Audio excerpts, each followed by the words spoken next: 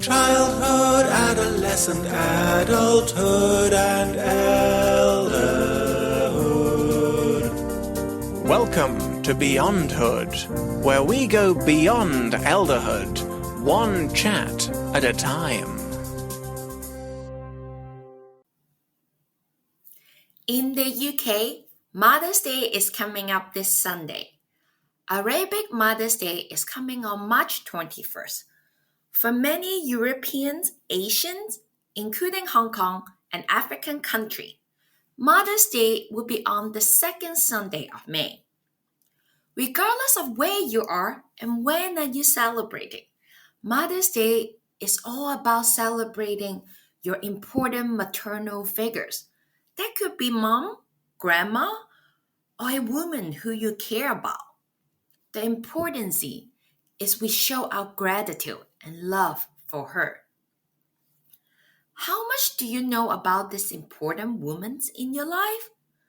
Do you know about what their life was like before you came into their lives? Time to consider recording their life story for them and you. Go to the Beyondhood website to see how we can create this special and memorable Mother's Day gift for you. Our contact info is in the show notes. Hello, my dear friends. Welcome back to the Beyondhood podcast, episode 5, Suen Sing, my dear grandpa. Before we start, I want to share with you the story of how this podcast was made. For those of you who have been following the Beyondhood podcast, in episode 2, I shared that my dear grandpa, who inspired me to start Beyondhood, passed away in October 2023. He was 93 years old. I'm grateful that I was able to be back in Hong Kong for his last days and be there with him and my family during his last moment on earth. As part of the funeral process, my cousin Victoria and I created a memorial book to honor him.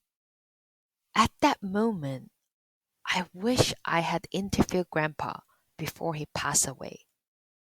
Then Victoria told me that she has 2 recordings of Grandpa about his life while she was doing a school project on him a few years ago. Although the recordings were not perfect and needed more organizations to make a story, I knew I had to create this podcast for my grandpa as a final gift to him. The question is, how? First, Grandpa's original recording was in Cantonese, a mother tongue. So I had to translate it into English. Special thank you to my dear cousin Victoria, who had the foresight to record Grandpa's story before it was too late. She reviewed and helped me edit the story. Without her, I wouldn't be able to publish this podcast. Thank you. After finished editing Grandpa's story in English, I had one more obstacle to solve. Who am I going to find as a voice to represent Grandpa? I brainstormed and came up with 2 options. Option 1, AI voice cloning. I'm sure lots of you have heard about voice cloning AI. I did some research on it and find out that Cantonese is not a mainstream language. If I had to clone Grandpa's voice from Cantonese to English and then use the cloning software to transform the text into speech, one company quoted me $7,500. Okay, that is not an option for now. Option 2. I went to Fiverr, the marketplace for freelance services, to try to find an older man whom I feel can be a representation of Grandpa. there were not that many older men voices. For those that I could find, I couldn't really feel the essence of it to represent Grandpa. I brainstormed a bit more. I finally came to a solution that I felt is a authentic representation to tell the story. Well, you will have to wait to find out until the end of the episode who is this voice and why I chose him. By sharing Grandpa's story, I'm passing on his legacy and wisdom to the next generation, not just to my family, but to the world and to all of you guys. Granddad, where did you grow up and what was your childhood like? Nicole, I was born in 1930 and grew up in Dongguan, China. For those of you who don't know, Dongguan is an industrial city in China's Pearl River Delta, about a 2-hour drive from our hometown, Hong Kong. I have an older brother, but my dad passed away when I was 3 and my mom died when I was 7. My dad's sister-in-law, Auntie D, was the one who took care of me. She became our mom. She was only 17 when my uncle died, and she dedicated her life to taking care of me and my brother. I remember hearing Auntie D's story from you. Can you share with us about a childhood story with Auntie D and what did you guys do together? Wow, there are so many of them. But Auntie D cooks peanuts and sells them on the street for a living. I remember one day I volunteered to help Auntie. To show their support, my classmates actually came to buy from me. Because they are my friends, I gave the peanuts to them for free. I guess I did not have a concept of money back then. I was happy though. Auntie D asked me why I was so happy, and I said, because everyone loved the peanuts. When she asked me where the money was, I said, well, I gave all the peanuts away for free. She was so angry because we didn't get any money back and we needed that money. After that, she never really let me sell any peanuts anymore. Instead, I had to go work on the farm with my brother. Farming millet was tough. Whenever it rained, I had to stand and eat on the field because there was no cover. I still remember how cold it was and how I was always hungry. We often ate sweet potatoes for days. Life was tough in China in the 30s, but I had a lovely family who loved each other and cared for each other. I didn't know that you helped Auntie D sell peanuts. And who were your childhood best friend and how did you meet them? Could you share a memorable adventure you guys had together? Sure. My best friends were Chong and Tong. They were my neighbors when I was a kid, and we went to the same school. Our school was very big and located in an ancestral hall. I didn't have money, so I couldn't register for the school examination, but I somehow sneaked in and managed to take the exam. When the exam result came out, I cried at first because I couldn't see my name on the list. However, Chung and Tong kept looking the name for me. Then I realized I couldn't find myself because the school spelled my last name wrong. I was number one in the school exam. Our friendship lasts all our lives for about 80 years, and even after I moved to Hong Kong, they often came to visit me. Our friendship lasts till they passed away a few years ago. Wow, 80 years of friendship. I actually remember seeing Uncle Chong and Tong, and you guys had picture that you went to Disneyland together about 10 years ago. Wow, 80 years of friendship. That's amazing.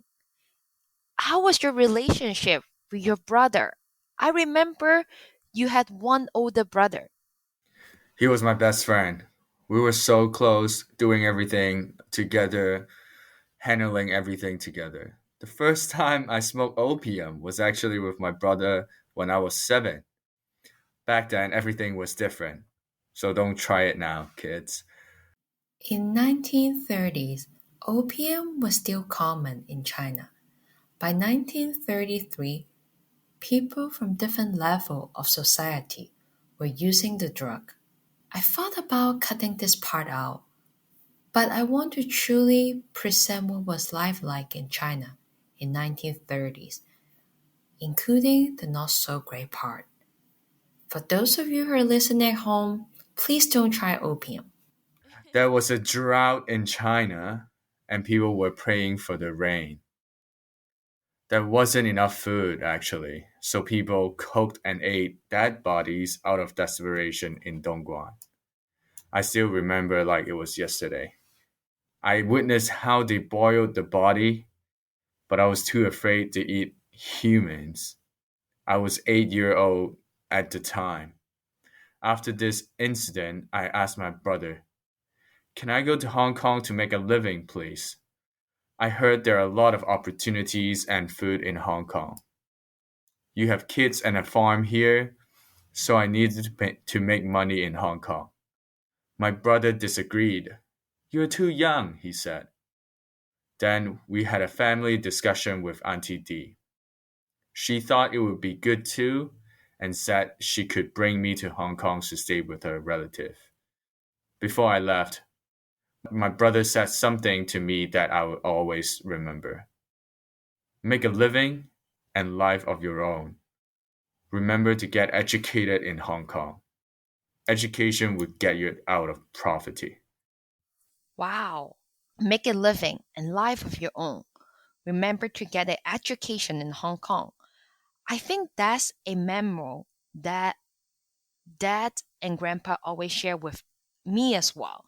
Education will always stay with us. You left China and moved to Hong Kong for a better life. But Grandpa, you were only 9 and still a child. What could you do? And actually, what did you do in Hong Kong? Nowadays, a 9-year-old is still a child. However, back then, a 9-year-old was strong enough to start working and had to make a living then. I, myself, also had to make a living. I lived in a remote part of Hong Kong with Auntie D's distant relative. First, I worked as a shipping cargo mover at the seaport. It was so cold all the time, and I had the constant worry of falling into the sea. After a couple months, I told the owner I wanted a better job and I was willing to learn. I told him I knew how to use an abacus. For those of you who don't know, abacus is a hand operating calculating tool which was used from ancient time in the Near East, Europe, China, and Russia until the adoption of the Hindu Arabic numeral system and the calculator. So abacus was what we used before calculator existed. And knew how to write. I was very polite. I always served tea to the boss to make sure he felt respected. Naturally, all the managers liked me and were willing to give me work. Soon, I was promoted to assistant manager. I was only 10 years old. However, I started to think the best I could do in this job was to be a manager, and that would take at least 10 years. I recalled what my brother told me when I left for Hong Kong. Get an education. I told the boss that this was not my dream. I moved to even more remote parts of Hong Kong to save rent, cheaper rent in the countryside. I also ate a lot of yuba, which is tofu skin, because there were plenty of them on the farm in the countryside. Such good memories. They're very sweet and tasty. I used to eat them a lot. Also, in the countryside, many people gambled with orange seeds. They were so poor to actually gamble with money. My friends and I would eat them right after they finished the game. That was one of my fondest memories. It was a luxury for us to eat yuba and orange seeds, sometimes even an orange. The port boss understood my dream and said to me when I left, "People who like to learn will succeed, and no one can ever take away your education. Be courageous. You are always welcome to come back if you want after finishing school." I was very touched by his words. That was a time when people had a lot of empathy and looked out for each other. I knew my dream was to be an educated man because education would take me out of poverty. At the time, I could only do night school because I needed to make a living during the day. I worked as a waiter in the Dongguan Trade Business Center while going to night school. I took advantage of working at a trade business center. Every day, I listened and learned from their conversation about how to do business and how to build a network. One of the main businessmen liked me, especially because of my politeness and curiosity. My monthly salary was only 1 GBP per month at that time. He appreciated my attitude, so he gave me a job with a 10 GBP salary. I was so touched and shared with him that I wanted to go to school, and he sponsored me for my night school. I will never forget his kindness and generosity. Wow, Granddad, your childhood, you started working when you were 9. Very different from our generation. Now it will be child abuse to work when you were 9. Yes, child labor indeed. Back in the days in the 30s in China, life is different.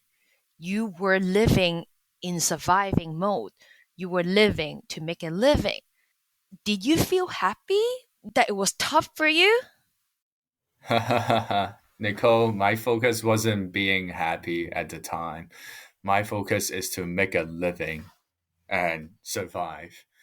That experience actually taught me a lot about perseverance. As long as there is a focus and there's a goal, we have to accomplish whatever it takes. In hindsight, looking back, I would think that is what makes me to have the life I have right now. I guess you could say that was happy in that sense. I see. Your childhood is very different from a normal child. Now we're moving to your adolescence. You mentioned that education is so important and you went back to night school. How was your going back to school experience? What did you study? At first, I studied English, but it was very difficult. My classmates often teased me about my accent, but I ignored them because my goals was just to learn English.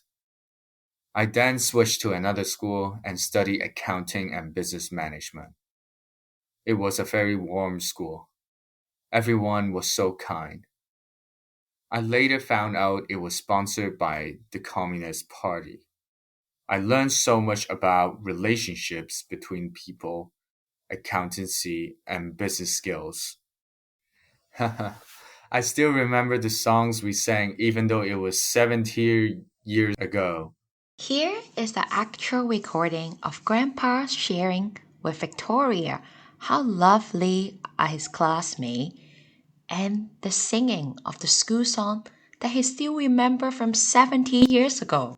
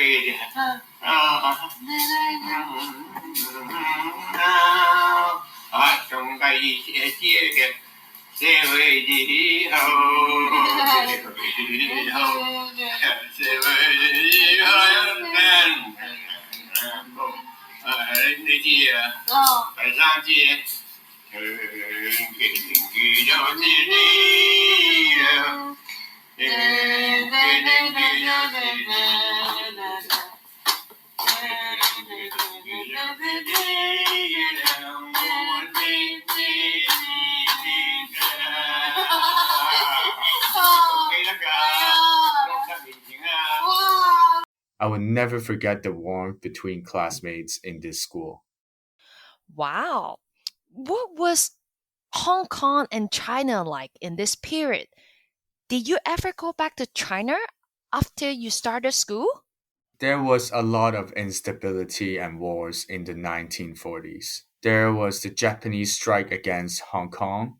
I went back to do some research. In 1941, on December 8th, Japan struck against Hong Kong, and the Battle of Hong Kong had begun. And then, in the 1950s, the Korean War occurred. Many of my classmates left Hong Kong and went to China to fight along with their North Korean and Soviet allies to fight against South Korea. Patriotism was high at the time. I decided to go back to China to support them. I thought of enlisting in the war, but I hated wars and my friends strongly advised against it. Instead, I wanted to support our country by being an educator so that I can educate the next generation. Therefore, I first became a teacher in the school and then was promoted to become the principal. History note: the Chinese Civil War was fought between the Kuomintang-led government of the Republic of China. Kuomintang was what later left China and moved to Taiwan, and the forces of the Chinese Communist Party, with armed conflict, continued intermittently from 1927 to 1949. The result was a communist victory and subsequent control of the mainland China. As a teacher and principal, I saw a lot of them being suppressed and needed to join the labor reform. I secretly helped the students by asking them to admit their wrongdoing. For those of you who don't know, at this time, according to the Chinese historian, between January and October 1950, there were over 800 counter-revolutionary riots everywhere nationwide. What Grandpa saying to student, this is what he meant. This was a campaign launched by the Communist Party designed to eradicate opposition element, especially the former Kuomintang. Out of nowhere one day, I was accused of being a part of the counter revolutionaries and was sent to the labor reform. I remember there was one night I got woken up by the heavy rain. No food. They moved us to the top of the mountain to escape the rain. No clothes, no nothing. Luckily, we got back safely by staying in the group. I will always remember to help others even in difficulties. Also, luckily, the boss promoted me to work in the factory since I knew how to read. I then was responsible for reading the newspaper. Granddad, you lived through wars. There were so many different wars and different strikes against Hong Kong between China. When did you come back to Hong Kong? And what happened to you when you returned? In 1961, the second big wave of people leaving China. At that time, I was already high up in the government, but I had witnessed so many deaths. On the 24th of May 1961, it was the last day to escape. I've decided to escape China again.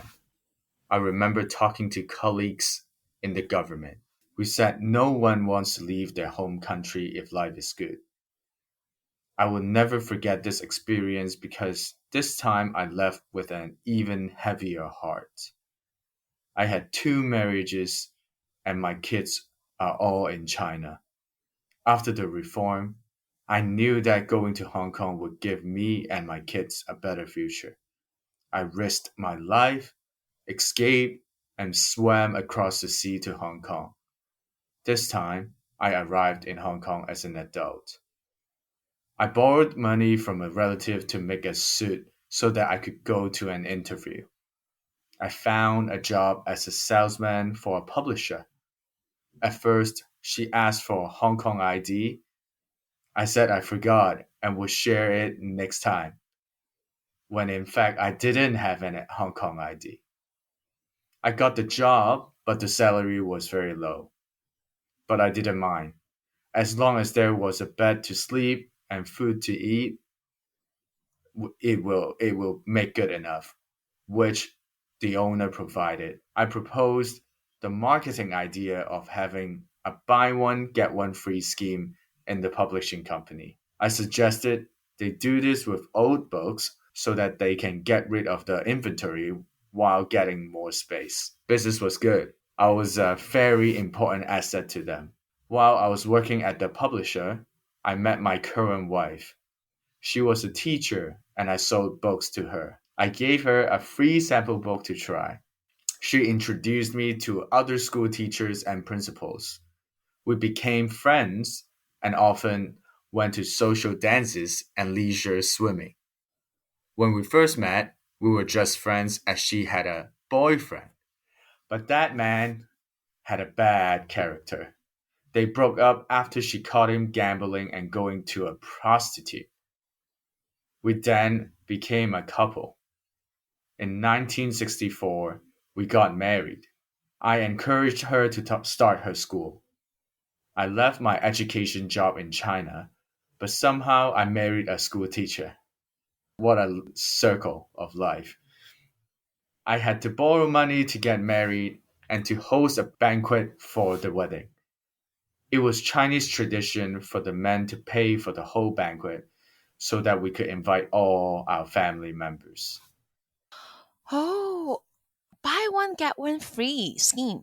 I know nowadays buy one get one free sounds very normal, but back in the day, it's a very innovative idea. Brenda, you were a good salesman. What did you do as a career after getting as a salesman job for a publisher? I know that you were an entrepreneur. How did you start? After I got married, I started working in a friend's factory. I had a close relationship with the owner. He actually treated me like his own son. After he died, I decided to start my own business with 500 GPP on hand. I set up a stationery and garment accessories trading business. Hong Kong had the 1967 Hong Kong riot. History note. In 1967, there were large-scale anti-government riots that occurred in Hong Kong during the British colonial rule. Beginning as a minor labor dispute, the demonstration eventually escalated into protests against the colonial government. So I went to Japan to start garment labels because they have the machinery. I went and walked through to each factory to sell. I hired sales to start trading. My business is to get my orders from customers and then hire an agent to manufacture them. I made my money in arbitrage. I believe who wins the heart of the people wins the world. If your partners make money, you will also make money yourself. Therefore, I even showed my cost price to the agents and shared with them my profit percentage. My strategy is to have a small profit for each sale, but many sales. My unusual strategy made me famous within the industry. It was hard work, but I earned a lot of business through my good reputation. Then, in the 80s, I became an export trading consultant, especially helping foreign companies set up their corporations in China, the bridge between West and East. I had been to the UK, to the US, Japan, and Taiwan then. I worked with many international corporations. I was invited to attend the 1982 state opening of Parliament in the Palace of Westminster because of my work. I helped a lot of foreign companies to go to China to start their new business. Having my own business gives me freedom, but it was also very unstable. Some days you earn a lot of money, and some days you had nothing to bring back to the family. Wow. The state opening of Parliament in the Palace of Westminster. That is something new. I learned about you, and there was a rise and fall in your career as an entrepreneur. What would you say was your business philosophy that made you a success? I am a man who prides myself in how I dress. I believe your appearance is a big factor that determines your success. Tidiness and proper attires do not necessarily mean that they have to be expensive. So as long as you comb your hair, dress yourself neatly, you will attract good energy and opportunities. I love going to dim sum restaurants and I always tip. Yes, going to dim sum and always tip. I still remember the time, even when you're older, you're not working, you still always tell me to tip the waiter because being generous is a big part of your philosophy. You had a very successful career, went through ups and downs, did sales in publishing, did export trading. What was the transition from adulthood to elderhood like for you? Can you share with us, was there an aha moment in your life? You felt going from being an adult to being an older person. Well, I love reading, poetry, traveling, and meeting new people. In 2006 and 2012, when I was in my 70s, I went on a cruise by myself to Turkey and Europe. Although I went by myself, I met so many different friends throughout the trip. I kept a journal for all of these trips. I love writing poetry because the words are romantic and words are the best tool to express how I feel. I also love writing cards and I often write birthday cards to express my feelings toward my family. Side note, I still have a lot of cards and letters that Grandpa wrote to me that I kept dear with me. How about the relationship with your family? I have many kids. My son Simon, he has always been very generous towards me. I am forever grateful for his financial support when I had difficulties in my business and my elderhood. I am so proud of his own successful business, and I am so grateful to have all of my kids and grandkids. For my daughter Vera and son in law Louis, they're very smart people. She got to become a trainee in the bank. She is very independent and she cared for me a lot in my elderhood. My son in law Louis was also very smart and took care of me and the family very well. My other daughter Siu Ling and my other son in law Daniel, they went to school in the UK on their own and worked very hard. They were the prime example of working hard in order to rise to the top. I'm also very proud of them. And to my youngest son Wen Yan and his wife Clara, who loves diving and is a hardworking person who is always willing to take the initiative to help out other family members. He's very reliable and responsible. I have a very big family and a very good and close relationship with my grandkids, especially Victoria and you, Nicole. It's amazing to hear your comments and how you describe dad and uncle auntie. Now I want to switch the gear into something a bit different. Always ask in my interview. Do you believe in the afterlife? Yes, I do. My wife was a Christian, so my family used to pray for me. However, I never considered myself a Christian until 2003, when my wife passed away. I always thought that I could do anything with pure determination in life. I was successful as a businessman, and that added to my belief that I could accomplish anything I wanted to and didn't need a higher being. But when I was faced with the death of my wife, whom I loved dearly, I realized how limited we were as human beings, so helpless before death. Before she passed, her pastor came to the hospital and held both of our hands, asking what we wanted to say to each other. We shed tears and shared our love for each other. We forgave each other. The pastor prayed with us, and I suddenly realized I was only human. One day I would die.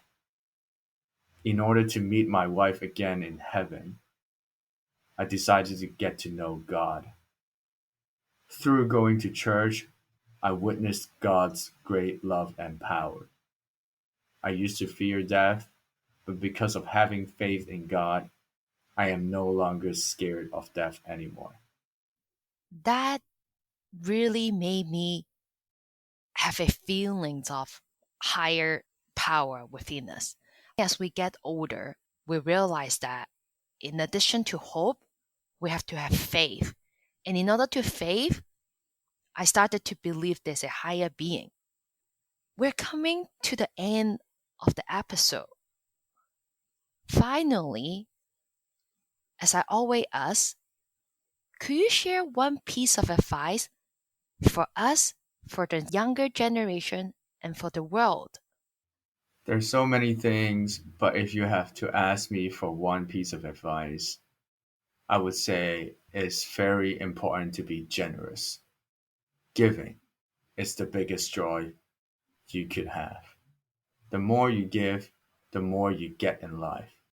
It doesn't necessarily mean you will get anything back, but a good reputation, true friends, and a warm feeling in your heart are priceless. Thank you. I wish I had a full recording of Grandpa before his passing. However, as I share with you guys, I will let you know who is this voice. I'm forever grateful that who better to speak on behalf of Granddad than his own grandson. My brother was willing to be the voice to tell Grandpa's story. Thank you. Before you leave, if you love this episode, please stay tuned for our next one. If you haven't done so, please follow Beyondhood in your favorite podcast listening app. Or you can follow us on Instagram, Facebook, and LinkedIn. If you found this conversation inspirational or interesting or valuable, chances are you did, since you're still listening. Would you do me a personal favor, a 6-second favor?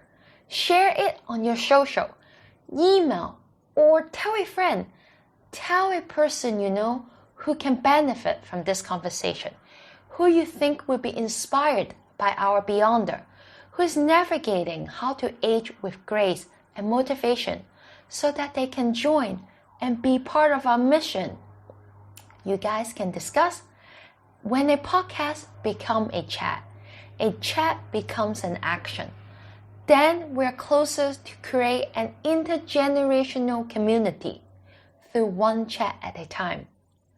Lastly, if you love this episode, please support by being a member of the podcast so that I can keep looking for new Beyonder and continue the show.